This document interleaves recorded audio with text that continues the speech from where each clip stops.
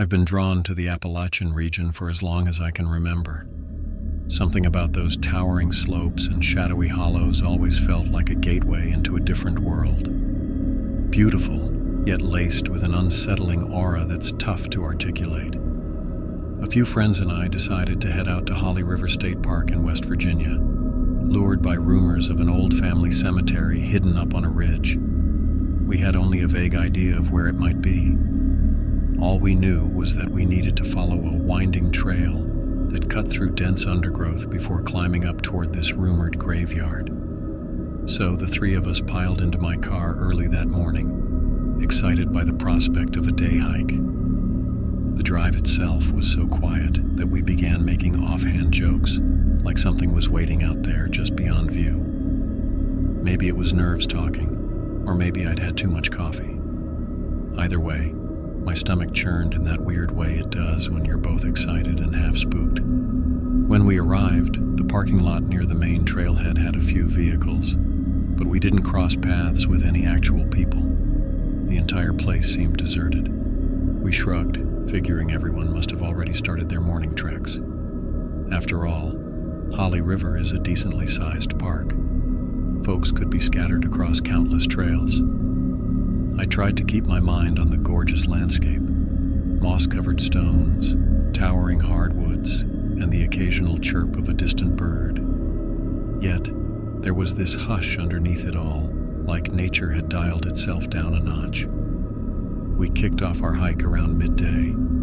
The sky was overcast, so the light filtering through the branches came in muted, silvery patches. The trail was pretty well worn at first, so we made quick progress. The chatter between us died off once we noticed how oddly calm the forest felt. Everything about the place demanded our attention, from the tangled roots underfoot to the looming canopy overhead.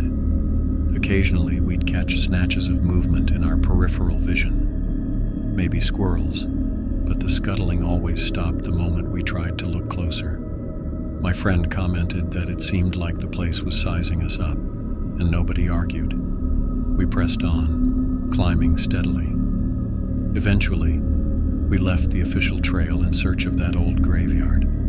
The path we followed was more of a half-remembered rumor than a marked route.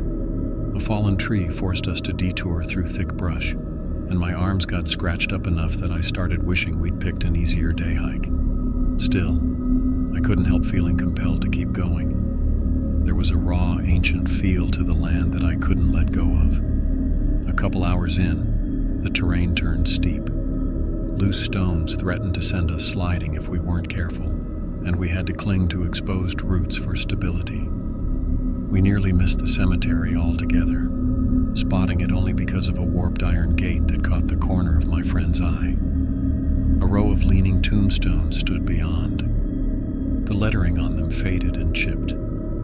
If I didn't know any better, I'd say they'd been here for centuries. Up close, the graveyard gave off an atmosphere that bordered on oppressive. The headstones bore names we could barely read, and the ground was covered in tangled weeds. The three of us wandered, taking pictures and gingerly brushing aside overgrown vines. Every so often, a subtle breeze would move past us, bringing with it a musty odor that reminded me of damp soil and decaying leaves. My pulse was hammering in my ears for reasons I couldn't explain, but I tried to play it cool. We stayed longer than we intended, mostly because we were fascinated, and maybe a little horrified, by the idea that entire families could be buried out here, forgotten by time. Each time the wind picked up, we paused, half expecting something or someone to step out from behind those looming trees. It was all in my head, I told myself. Probably just a side effect of being in a graveyard at sunset. By the time we left, the sun had started sliding down the sky, painting the ridge in murky oranges and purples. We hadn't planned on night hiking, but it was creeping up on us fast. The idea of navigating a dark forest trail made our nerves spike.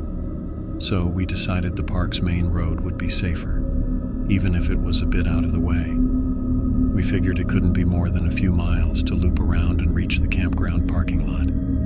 Leaving that cemetery felt like stepping away from a forgotten realm. Once we hit a semblance of a trail again, a fragile sense of relief settled over us. But it was short-lived.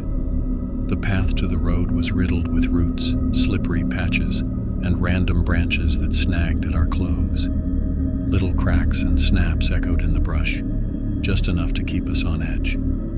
We hurried along, willing ourselves not to think about the dark shapes dancing in our peripherals.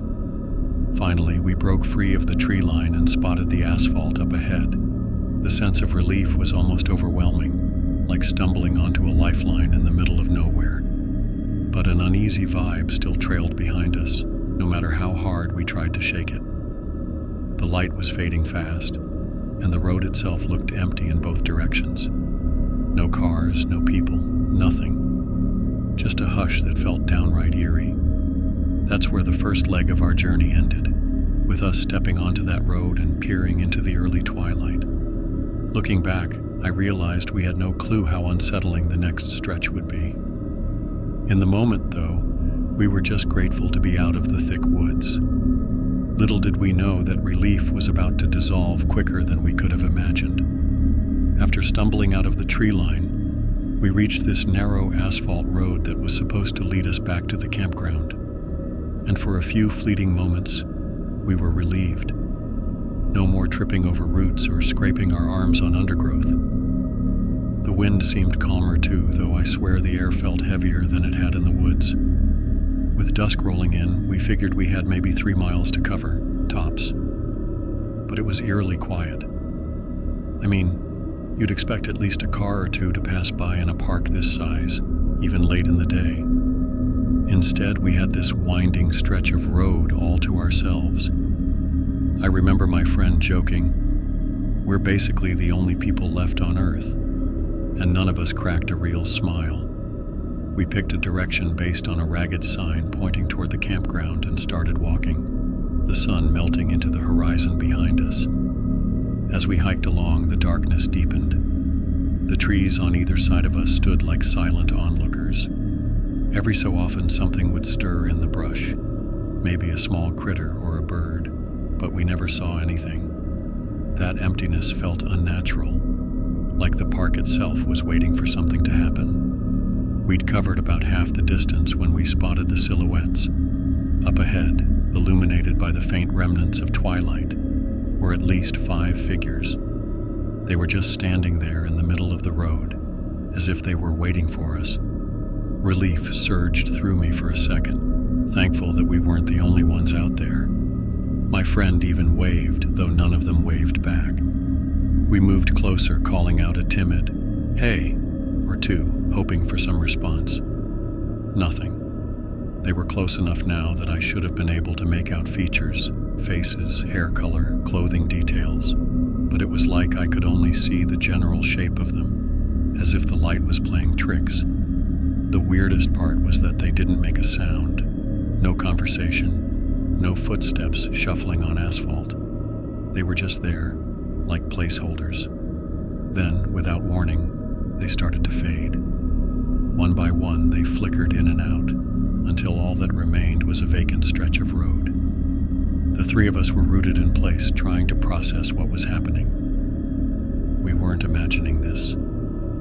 There had to be a rational explanation. Maybe our eyes were messing with us after the dim forest, or maybe they just slipped away into the dark. But as we reached the exact spot where we'd seen them, it was clear there was nowhere to go. On one side, a sheer drop fell away into a valley. The other side was a jagged slope of rock that would have been nearly impossible to climb quietly, even in broad daylight. The asphalt itself looked undisturbed. No footprints, no sign of scuffling, not even a stray candy wrapper. Just empty roads stretching off into the shadows. A cold sense of dread settled over us. We hung around for a minute, shining phone flashlights and calling out, but nobody answered. The idea of those figures just evaporating forced our tension up several notches. I couldn't tell if we'd witnessed something supernatural or if my eyes were conspiring against me in the low light. Either way, It triggered a kind of primal fear I haven't felt too often in my life. We finally decided to press on, hearts thumping from the sudden shift in atmosphere. Every step from then on felt like it echoed a little too loudly. We kept glancing back, convinced we'd see the group again, trailing behind us or maybe popping up ahead, but there was nothing. At one point, I caught a whiff of a faint odor, sort of earthy and decayed, but it was gone as soon as I noticed it. By then, we were moving faster than I'd ever hiked in my life. The final stretch to the campground felt like a fever dream, each of us expecting something horrible to lurch out of the darkness. When we finally caught sight of the campground sign, it was like stepping into another world. Only there weren't any people there either. The entire place was disturbingly quiet, save for the distant rustle of trees. Usually, a state park campground has some buzz, campfires crackling, murmured conversations, maybe a dog barking. We got nothing. Our car was right where we left it, sitting in a patch of moonlit gravel. I can't describe how relieved I was to see it. We clambered inside, locking the doors more out of instinct than necessity. Who locks up in a lonely campground? But something about that night made every protective move feel justified. My friend gunned the ignition and we peeled out, headlights pushing back the darkness a little. That entire drive out of the park, I kept expecting those figures to emerge from the trees or appear in the rearview mirror. Only once we hit the main highway did we dare speak about it in more than whispers. We tossed around ideas, mass hallucination, illusions caused by the fading light, or maybe some group of locals messing with us. Still, none of those explanations explained the silent disappearance act. Days later, every time I closed my eyes, I'd see those silhouettes flicker and vanish like they'd never existed at all. I've heard plenty of stories about weird sightings in the Appalachians, ghostly hikers, phantom lantern lights bobbing through the trees. But until that night, I brushed them off as campfire tales. Now, I'm not so sure. All I know is that something happened on that silent road, and I can't shake the idea that it was a glimpse into the unknown. That's the story of how a simple day trip to Holly River spiraled into a haunting mystery that continues to gnaw at me. Was it some lost echo of the park's past? Or did we stumble into something far stranger than we were prepared to handle? Honestly, I still don't have an answer. But there's one thing I can say for sure. The image of those 5 figures dissolving in the twilight is going to stay with me. I guess not every twist in these old mountains needs a tidy explanation. Sometimes it's enough to know that the darkness holds more secrets than we can ever hope to understand.